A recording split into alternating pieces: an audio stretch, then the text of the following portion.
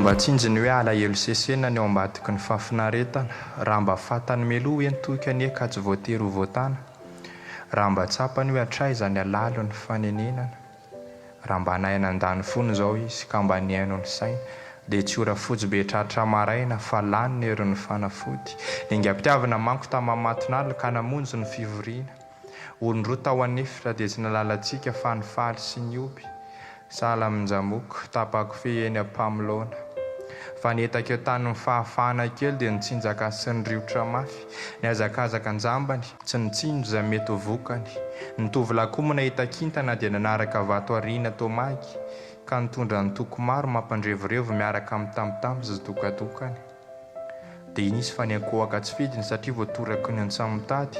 lava ambany mihitsy no tsindreny oroka sy safosafo te hiarina ihany saingy ny fitiavana sy ny hery ny manatsandry ka namatotra ny amin'ny rehetra any hery ny antsoantso sangiza mono andre fa efa ndavaky ny lioana teo voatsarondro ray aman-dreny sasatry namerina hoe tandremo ny vatana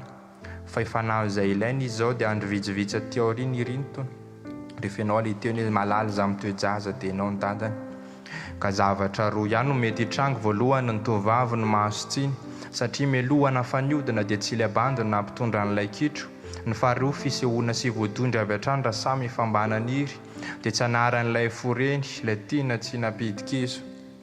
kanefa mba firifiry moa ny safidy an'ilay hoe hanorina tokantrano anokanenatra eo amin'ny fiarahamonina nitandrovana amin'ilay miteraka tsy vita fomba eo koa ilay hoe ny fianarana tsy to dia lasa misafidy hamono zazarano nefa tsaroa fa nivokany aoriana kilometa lasa momba dia afatra etona anao tsipoko anao ireo izay mbola tsy vonona ny baby ny fianarana lofosana fa nitokantrano iny manaraka eny foana so dia hanaovana anjo tsy mare fosaka any amin'ny rafozana anao nala vangy raha ho fantatra koa ary moa ny vavahady andeha hondondomina fa ny azy iny efa fahoriana amin'ny tambesa raha dia tsy maintsy hozakaina vahiny tsy napozina izay novano avy sy anatry ny lasa ny amon'olona aloha isaorana ny tombo fa tsy mba tao an-tsaina na dia mafy tamin'ny vokany na dia maro ny esiteny sy ny latsilatsy